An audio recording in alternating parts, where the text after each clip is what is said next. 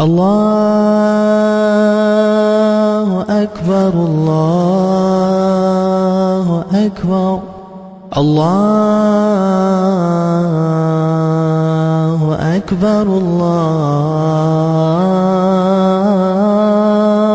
أكبر أشهد أن لا إله إلا الله أشهد أن لا إله إلا الله أشهد أن محمدا رسول الله أشهد أن محمدا رسول الله حي على الصلاة حي على الصلاة حي على الفلاح حي على الفلاح الله أكبر الله أكبر لا إله إلا الله تولد گشت رزقی موت شد هر که را از هر که پرسیدم گفتن فوت شد چون اجل آید برایم مصلحت در کار نیست چون اجل آید برایم مصلحت در کار نیست این چنین سودایی به پول در یگان بازار نیست سرشت آدمی چون هست از خاک رجوعش باشد در خاک نمناک امیران و ملوک و پادشاهان قبا پوشان و هر یک کج کلاهان هم از سر در نقابی خاک کردن لباسی زندگانی چاک کردن تو هم ای جان شیرین کی چنانی به این عمری قلیل تا کی بمانی بغیر از مرگ سودایی دیگر نیست بغیر از مرگ مأوایی دیگر نیست بیا بگذر از این دنیا پرستی بشو خاک زمین گر عاقل استی گذشت و نیاز دستی پادشاهان به گورستان برابر با گدایان همه پر حسرت و نادم به خاکن همه پر حسرت و نادم به خاکن جوانان و عروسان سینه چاکن نمیماند اینجا ملک نه انسان نه عارفان حق مانند نه مستان راه اسکندری گرمی همین است اجل دایم ورا اندر کمین است اجل پروای پیغمبر ندارد اجل پروای سیم و زر ندارد عجب رسم است رسمی آدمی زاد که جانش می رود باور ندارد ای دل صدای مرگ تو را هم رسیدنیست صبح اجل ز مطلع عمرت دمیدنیست پیوستگی مکن به جهان دل در آن نبند زیرا که این جهان به تو کلی بریدنیست مغرور مشو بدین گل و بستان روزگار. این مرکبی حیات ندایم دویدنیست. از مرگ خود بترس که تنها روی بگور. با منکر و نکیر جواب تو دادنیست. اللهم صل على سيدنا ونبينا وحبيبنا وشفيعنا ومولانا محمد صلى الله عليه وسلم. سبحان ربك رب العزة عما يصفون وسلام على المرسلين والحمد لله رب العالمين.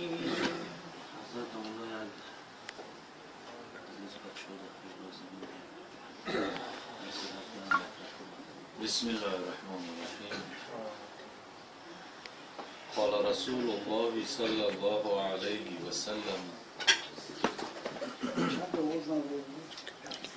اغدو عالما او متعلما او مستمعا او محبا ولا تكن خامسة فتح. معلم بشریت و نجات دهنده عالم حضرت محمد مصطفی صلی الله علیه و سلم، پیامبر بشیر نذیر، سرور کائنات، حدیثی گوهربار برای همه بندگان خدا تا به روز قیامت بهر امتان خود بیان کرد. پیامبر صلی الله علیه و سلم گفت: اغدو عالما، ای امت من، بندگان خدا، اولا که شما، همه شما، پیامبر بیان میکند که باشید عالم، باشید عالم، یعنی برای عالم شدن رسول خدا بنده های خدا را تشویق کرد، چون که مرتبه عالم مرتبه هست که خداوند جل جلاله حکمت کسی را که بخواه عطا میکند. و من یؤت الحکمت فقد اوتی خیرا کثیرا. هر کسی را که خداوند علم حکمت عطا کند، خیری کثیر به او عطا کرده است، یعنی خیری بسیار، خیری دو جهان خدا نصیب کسی میکند که در دنیا او را عالم بگرداند. والذین اوتوا العلم درجات، کسانی را که خداوند صاحب علم کرده است درجه او را بلند کرده است. برای بزرگان میگن که لا غربت للعالم ولا وطن للجاهل. جاهل در وطن خودش غریب است، لیکن عالم در تمام کره زمین اگر چرخ بزنه غریب نمی شود، چون که علم نور است، علم عزت است، علم صفت پروردگار است. ولی بعضی وقت سوال جواب میشه، بعد یگان تا آدم علم پیش است یا عقل، مرتبه علم بالا است یا مرتبه عقل. البته که مرتبه علم بالا است. علم صفت پروردگار است. خدا را عالم گفته می شود. میگه که عالم سیر و خفیات. خدا را عالم گفته می شود، اما عاقل گفته نمی شود. وقتی که علم صفت خدا باشه، عقل صفت خدا نباشه، پس مرتبه علم از او بالا است. همه نمود علم برادرای عزیز ضرور است. یعنی پیشرفت هم علم است، یعنی چراغ هم علم است، یعنی تلفن هم کاملا همه علم است. هر چی قدر که علم پیشرفت کنه، همون قدر دین پرقوت شدن میگیره. باز یک خانه کتاب اگر جمع کنیم، همه امور باز میبینی در یک دیس جوش کرده میشه، در یک فلش کرده یک بیبلیوتک را جا کرده میشه. این چی است؟ باز فایده به دین است، به دین دار. پیامبر صلی الله علیه و سلم تاکید میکنه که امتی من اولا شما عالم باشین. پیامبر خدا را پرسیدن که مرتبه عالم بالاست یا مرتبه زاهد؟ زاهد کسی شیخ پرهیزگار با تقوا و مثلا در یک کنج ترک دنیا کردگی، آیا مرتبه او بالاست یا مرتبه عالم؟ پیامبر میگه فضل العالم علی عابد که فضلی علی ادناکم. فضیلت عالم بر فضیلت عابد مثل فضیلت من بر کمترین شما است. کمترین شما گفته اشاره به صحابه کرد. اهل اصحاب کسانی هستند که خدا از اونها راضی است. اهل اصحاب کسانی هستند که در شأن اونها آیه ها نازل شده است. اهل اصحاب هر کسی که دشمن می‌داره و البته که در غضب خدا گرفتار میشه. صحابه را بعد می‌دیدگی فقط همین شیعه فقط صحابه را مذمت میکنن، بعد میبینن. لیکن کمترین صحابه که از همه در مرتبه کمترین داشتگی وحشی بود. حربه وحشی که قاتلی حضرت امیر حمزه که اما که پیامبر صلی الله علیه و سلم زده بود، کشته بود، جگرش برآورد، مثلش کرده بود، ریزش کردگی بود. لیکن او وحشی با ایمان و اسلام آورد بهترین کار کرد که مسیلمه کذاب یک بدبختی بود که دعوای پیامبری کرد، همون را رفت کلش برید با گرفت آورد و نزد صحابه را پرداختش. انا همون چی از پیامبر بگه؟ فضیلت من چاه کندن. علم چخل گرفته میشه، بس سوزن چاه کندن. اویا بس سوزن چاه کندن میشه اگر چند مبالغه هم باشد، کنایه از مشقتی او است. همه عالم شده نمیتونن، ما عالم شده نتونستیم. همه عالم شده نمیتونن. اگه حرکت کردیم پیامبر میگه عالم میشیم، عالم شده نتونستیم. پیامبر در درجه دیوم گفت که او متعلم. اگر که عالم شده نتونستین، هست متعلم بشین. در نزد یک استاد، در نزد یک عالم، در نزد یک شخصی با تقوا و صاحب علم زانوی ادب بزنین، علم بگیرید، علم حاصل کنید. علم حاصل کردنش هم آسان نیست. اگر آسان میشید همه مردم طالب علم بشید، عالم میشید.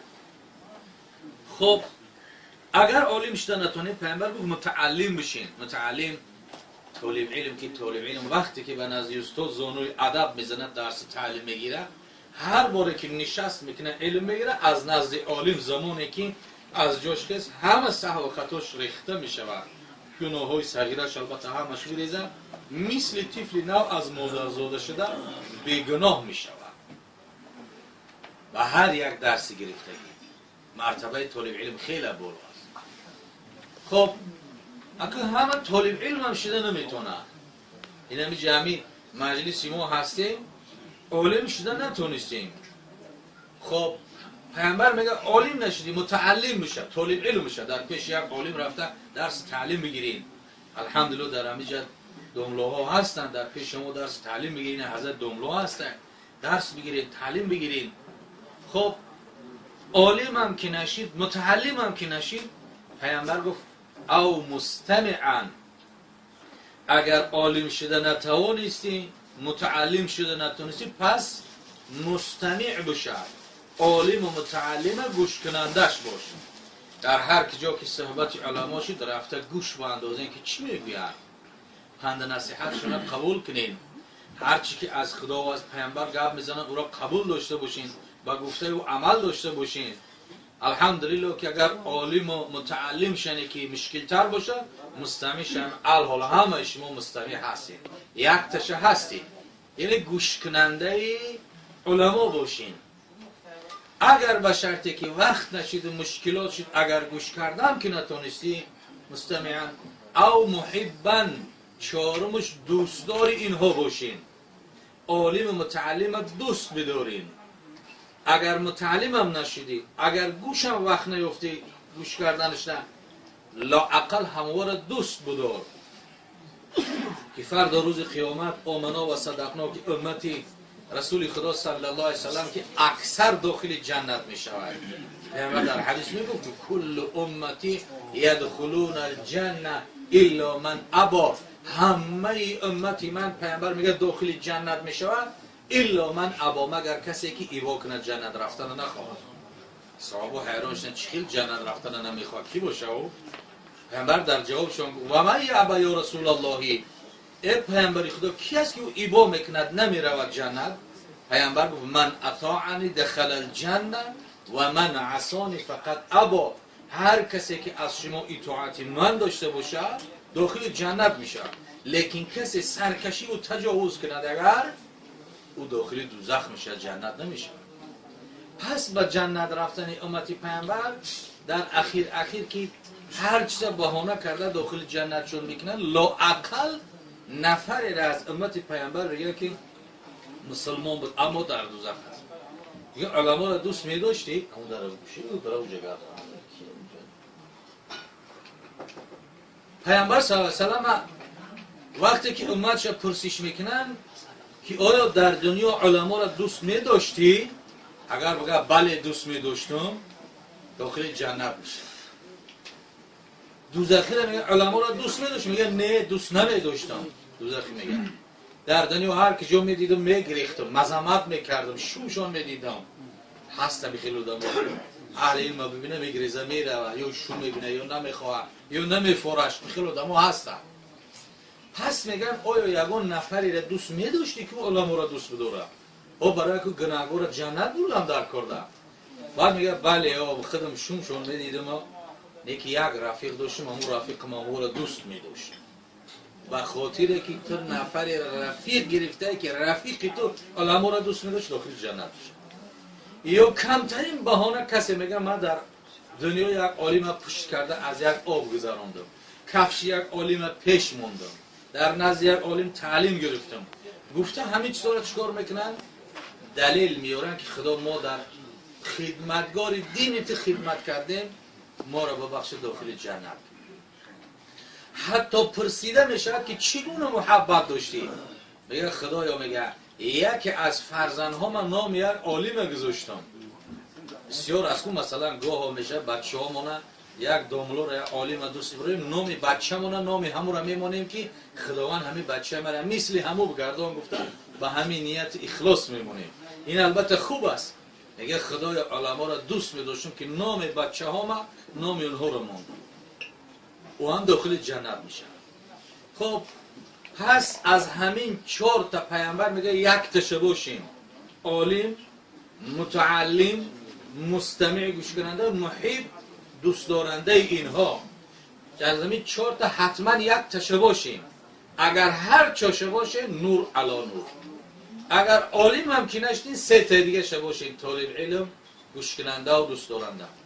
اگر طالب علم هم نشدی لااقل هم گوش کننده شون باشی، گوش کننده شون یا دوست دارشون 2 تاشم که داشته باشی، انشاءالله که یک درجه هست. از همین 4 تا باشیم، لیکن 5مش نباشین که جاتون دوزخ میشه. ولا تکن خامسه، 5مش نشه که هلاک میشوین. هلاک شدن به معنای مردن نه، هلاک شدن به معنای دوزخی شدن است. او 5م گروهش کی است که نه عالم است، نه متعلم است، نه گوش میکنه، نه دوست میداره. این 5م گروه شد. انا همون 5مش پیامبر خدا میگه نباشین که هلاک میشین. انا همین دعوتی که این برادر خاندار اکای سهراب دعوت کرده است نشانه محبت، هم محب است هم مستمع است. شما ها که جمع شدید شما هم محبین، هم گوش میکنین، هم مستمعین. اگر نفرایی که با سوال جواب کنی که یک چیز از جواب علم بگیرین، انشاءالله در متعلمشان داخل میشین. از همین 4 تا گفتگی خداوند جل جلاله هر 4 نصیب ما بگردونه که از همین 4 تا در مال شما باشه. اگر 4 هم که نباشه لااقل 3 تاش هم خداوند در مال شما نصیب کنه که باشه. خداوند همه ما شما را توفیق هدایت نصیب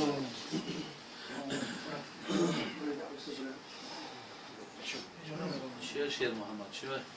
این برند اگه من در کباب بیرم کباب یک 5 دقیقه من یک چی میگم با همین بعد دوله حضرت گفت خیر شما تاکید بود. اگر اجازتی هم بالکن اینو کلمه یک دو نفری بچه‌ها همینجا هم بگذارن گوش کنن و اینجا خالی میشه وقت. چه میگذارن؟ چی باد میشه؟ سراب جون بسیار چی باد میشه؟ پس هیچ کنه نکسم. همین تا میگه همین این خط نگوش اندازه.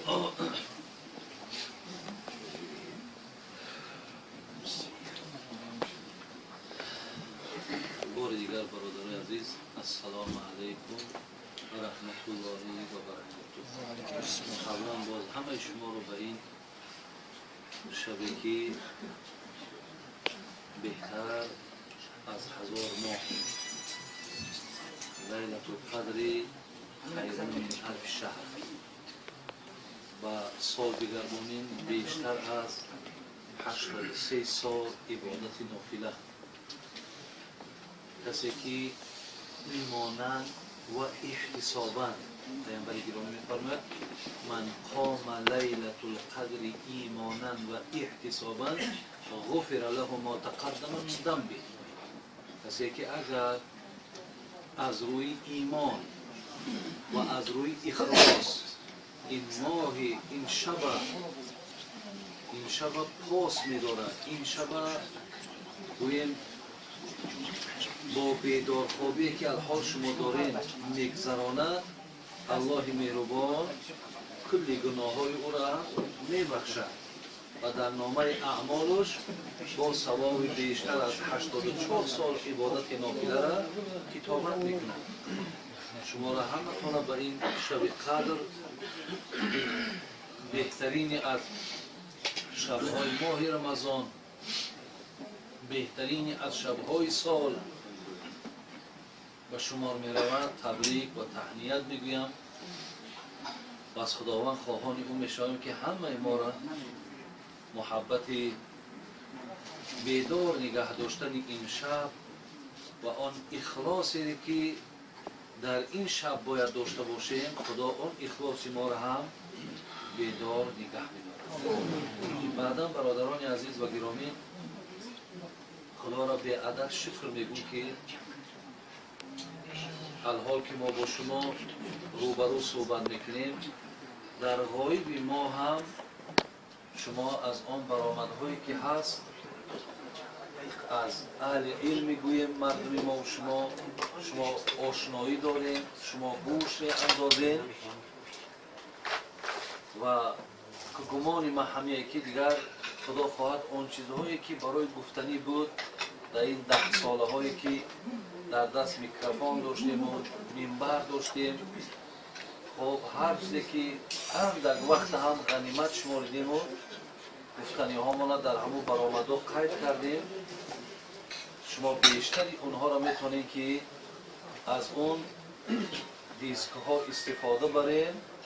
خدا خواهد نور بالای نور میشد. آیا همین اخلاص ها و محبت و علم دیگرگونی هایی که در خودتان میبینین، همه همین برادرای عزیز توفیل گوش کردن صحبت علماست. توفیل داملاهای ما در تاجیکستان داریم که اگر صحبت هم نکنن دعای خیر هم دارد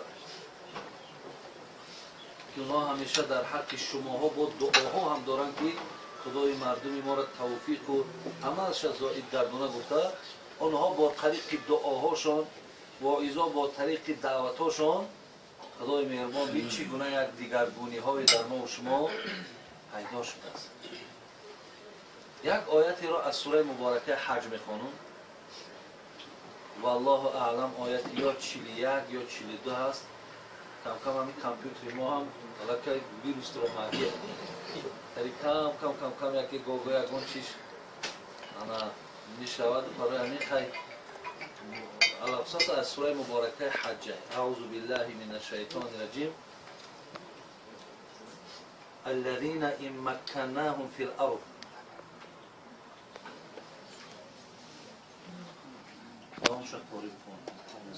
أقاموا الصلاة وآتوا الزكاة وآمروا بالمعروف ونهوا عن المنكر ولله عاقبة امور. صدق الله العظیم.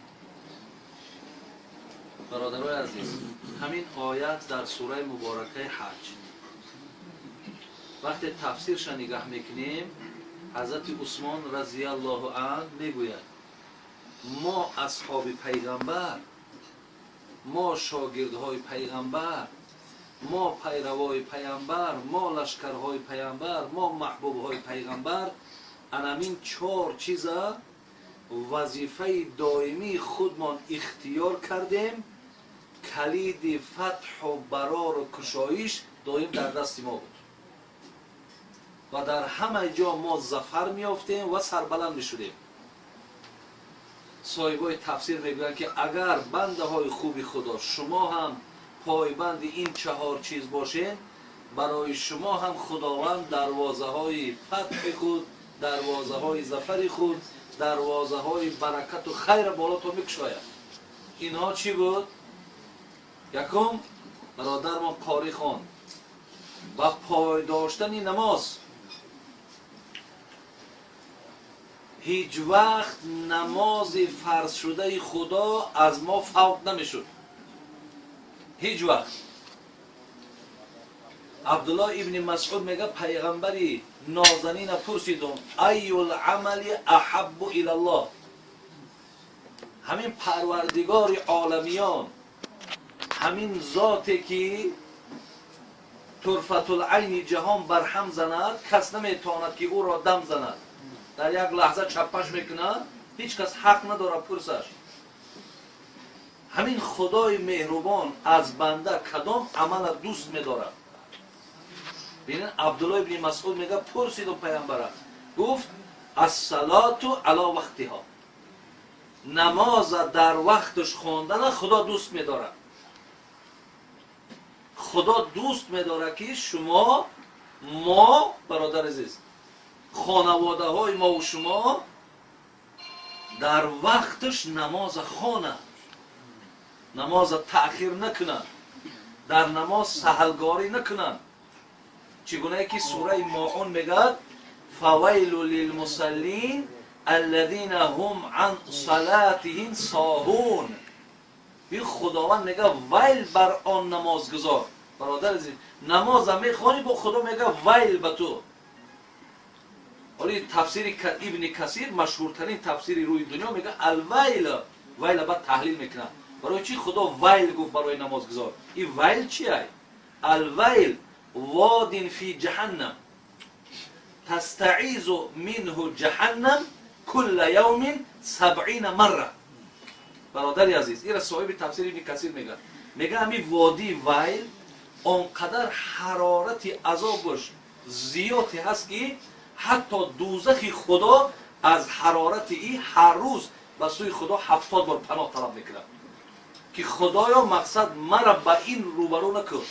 میگه انا در همون وادی ویل جای میکنم، خدا میگه کیرا؟ آن کسی را که در نماز ساهون، در نماز با ایتری اصطلاح های امروزه بگیم پدنسترینی میخونن، یا خشش داد میخونن، یا خشش نداد نمیخونن، یا میخونه یا میپرتایش، دو سه نماز قضا میکنه بعد میخونش. اینها را ساهون میگن. اینها در نماز بی‌پرواهند، در عبادتی که الصلاة عماد الدین. ببین پیغمبر خدا میگه این نماز میگه پایه دین تانه، یعنی دین تر ایمان تر پایش نمازه، همین نباشه همون دین تا عقیدت در زمین زدگی. فمن اقامه فقط اقام الدین و من ترکه فقط هدم الدین.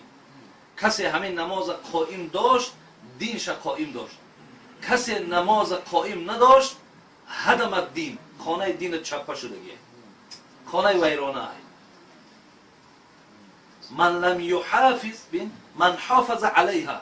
پیامبر کسی نماز اگر میخونه من حافظ علیها، کسی که پایبند نماز باشد، حبیب خدا چی گفت؟ کاند له نورا برهانا و نجاتا یوم القیامه. کسی پایداری نماز میکنه سه چیز: نور، کان له نورا، نور، برهان و حجت. حالا تو 100% تمام آن چیزی که برای اثبات مسلمانی در کار در دستت هست، این هم در عوض چی داد خدا تو را؟ در عوض نماز. یکم چیزی که حضرت عثمان گفت ما دایم به او پایبند بودیم این نماز بود، هیچ وقت به خاطر چیزی او را ترک نمیکردیم. خواجه حافظ خدا رحمت کنه میگفت هر آن کس که در این حلقه نیز زنده به عشق با اون نمورده به فتوای من نماز کنید. اگر کسی در دنیا نماز نداره در همین زندگیش جنازه شو بخونه که هلاک شد. بدیل میگن نقش معکوس نگین از سجده می آید درست، سرنوشتی واژگون را راست میسازد نماز. وقتش در چله های بود که پادشاه ها در اون مهرهاشون بود، پیچتشون بود. تا همون پیچت در زمین نمیموند، در درون همه چی بود نمیفهمیدی چی نویسندگیه. میگه تا آدم همین سجده نکنه ما او را نمیتونیم بگیم که تو مسلمانی. وقتی سجده شد که ماند معلوم است که در درون نور ایمانه. این را بیدل میگه. خب ما که مختصر بگذارم. دویم خداوند آیت گفت، حضرت عثمان گفت دویم چیزی که با ما بود این برپا داشتن زکات. هر کسی که امروز استاد چنده چی؟ 3000 کسی $3000 داره باید $75 از او زکات بده. اگر به شرطی که اگر شما در او زکات ندادین، ببینید برادری عزیز، پیامبر ما میگه لا ایمان لیمن لا زکات له. ایمان نداره کسی زکات نداره. از زکات قنطره الاسلام. ما کودی کنم با شما اینا مرده که مسلمان، اینا ایمان. اگر ما بخوایم که به ایمان ما برسیم، در همین بین یک فاصله همین کوپرک کردن در کار. میگه کوپرکش زکاته. اگر همین کوپرک نباشد تو به ایمان نمیرسی. قنطره الاسلام. پیوست میکنه آدم با اسلامش زکات. کسی زکات میته، زکات این خودش برادر همچون به معنای پاک کردن مال میشود. همین گوسفند تو سرش میبری بعد تنش حلال میشود. نبریش باقیش برای حلال نیست. یکی همون مالهای ای ناداده که در بالای مالت های مالهای تر به حرام آمیخته میکنه. خب دویم سیوم امر به معروف. این الحمدلله رب العالمین هر جا که میریم خدا را شکر ما پروردگار را سپاسگزاریم که همین جایی که میریم مردم فقط از ما یک خواهش دارند داملا یگان صحبت کنیم. این چی جای شکرگزاریه، این چی جای الحمدلله. اگر به عدد خدا را که ما شکر بگیم که ما یک بنده نالایق وقتی که نصیحتگریم، وقتی که دلالت کننده ایم، با یک دو ای دلالت ما یک راه درست انتخاب میکند، دیگر این ما همچه و صفاتش گفتند هم به خدا زبان همان لالاییم. ولی این باید در ما و شما هممون باشد. همه ما باید که رساننده باشیم. شما را زورتون به معرکه کلان نمیرسد دعوت کردن، همون خانواده اخت اصلاح که میشه. همین هم امری به معروفه. چهارم نهی منکر. چهارم چیزی که حضرت عثمان گفت با ماست این بود که نهی منکر، یعنی مردم از اون چیزی که خدا نهی کرده است بازشان می‌داشتیم. این چیز سپارش خدا بود میگفتیم، از چیزی که خدا من کرد بازشان می‌داشتیم که خدا شما را در همین کار من کرده است. همین چهار چیز ما با خود نگاه می‌داشتیم، همیشه فتوحات داشتیم، همیشه برکت داشتیم، همیشه خیر داشتیم. خدا کنه برادرای عزیز که این چهار چیزی که استادمون هم گفتن و این چهار چیزی که در آیت قرآن آمده است سرجم خداوند دستور عمل حیات هر کدام ما و شما بگرداند، ما را از جمله بنده های گرداند که پایبند در این عمل های خیر باشیم. باز بار دیگر برادرای عزیز ما برادر حاجی زینالدین، حاجی ابوبکر و برادر قاری دلشاد و در اینجا دیگر برادرایی که دست دارن مثل برادرای ما سهراب و دیگر برادرایی که گویم که محبن و مخلصن و اینها محب و مخلصی دین خدا هم برادر عزیز، کار خدا و شریعت هم. خدای مهربان همشون عزتی هم خداوند و همه مقصودهای نیکشون موفقشون بگردانه. ربنا تقبل منا انك انت السمیع العلیم و تب علینا انك انت التواب الرحیم. خیر احسانهای برادر ما با سهراب و درگاهش خداوند مقبول بگردانه. اینجا حاجت طلبه ها باشد، حاجتاتون خداوند با فضل کرمش نصیب گردانه.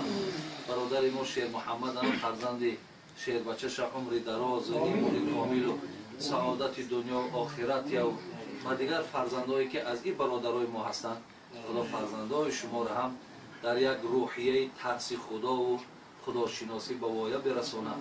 ربنا افتح بیننا و بین قومنا بالحق.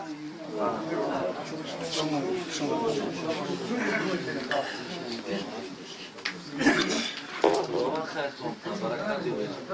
زنده باشید.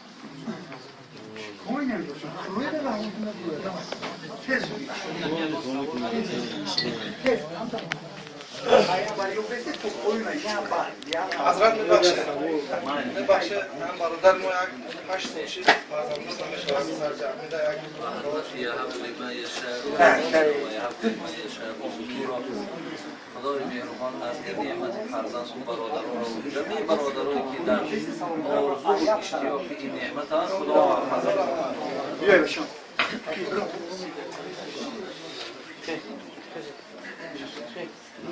بخیر باشه برای یا بار بس تو پوینا بس یا تادو آیا طرف نگی بوبی جا خود سوال مشاهده سوال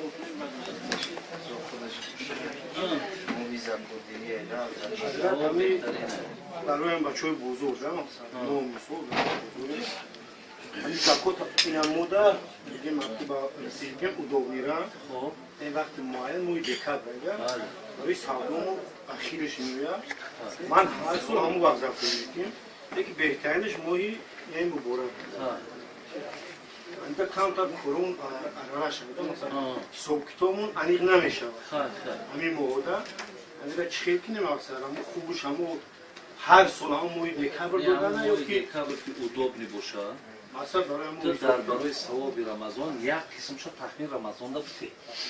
مثال $1000 اگر باشه زکات این $800 شد تخمین در این ماه بده و بعد اخیر در جمع طرحی که میکنی در دکات باقیش ای و مینوس میکنی و شما میتونی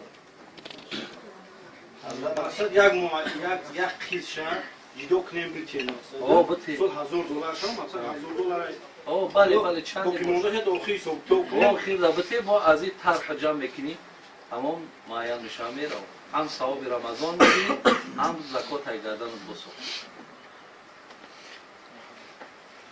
شکریم شد راه بکنم تقصیر برای بچه ایالا یا قرار به اون گپیزیاتی که دایی شب ساعت رو برای میزد نفرهای کم های همه رفته گه همش خوبه میگم دایی شب برای حدیث خیلی میخوام ایشان خواهی در حق همین دنبال یک دعا کنه در حق همین ملاک باور کنید تاریخی نه اینکه تاجیکستان و تاجیکو را دیگه کردگی برای همین سخنهای همین جوانهایی که همسالهای من هستند تا وقتی که امر معروف همین دنیا را شنیدن در همون مورد همون انسان ها رفتارشون دیگه شد. من فکر میکنم که تاریخ تاجیکستان نه تاریخ تاجیکان همین که هست کسی که زبان تاجیکی حرف میزنه و شنیدن همین انسان دیگرگون شده مخصوص من خودم حاضر هم فکر میکنم که در تلویزیون باشه همین آدم در پیش من نیست سرابجان یک چیزه که پیغمبر خدا میگه که اینما انا مبلغ و الله یهدی اینما انا قاسم و الله یهدی من میگه مبلغم رساننده ام هدایت خدا میکنم من تقسیم کننده ام نه که فهم شد در ذهن شما خدا میکنه ما سببگاریم سراب جون ولی شما شکرگزاری پروردگار کنین که خب خدای مهربان از همین نعمت هدایت را برخوردار کرده شکرگزاری همیشه خدا را بکن زیرا ما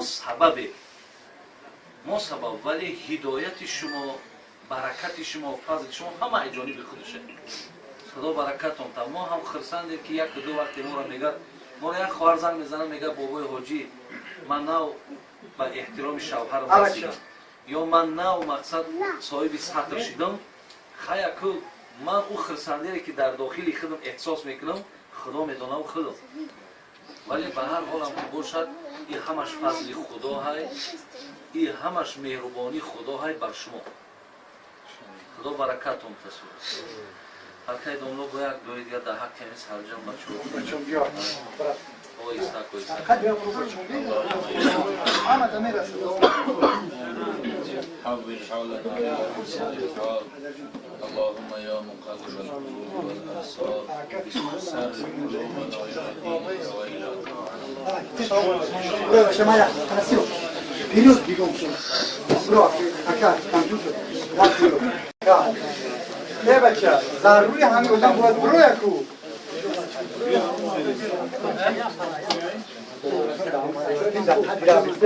یا بار آیا بار همین یا بار برو کسی زیارت نکنی Отсюда несколько, 4 сделайте. برو نبیام دلیل سیسته برو همین شرط کنی صغیره همون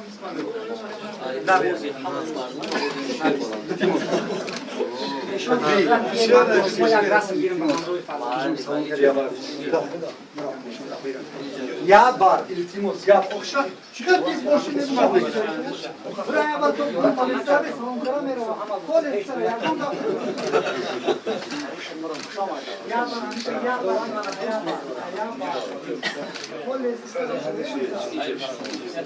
Anç farzandi nardo. Anç da دیگر خونه بیا صورت بگیر این پیشکی مانده بزن چی دختی؟ یا تفسیر یا بار میباشه یا بار Hoca Zainuddin.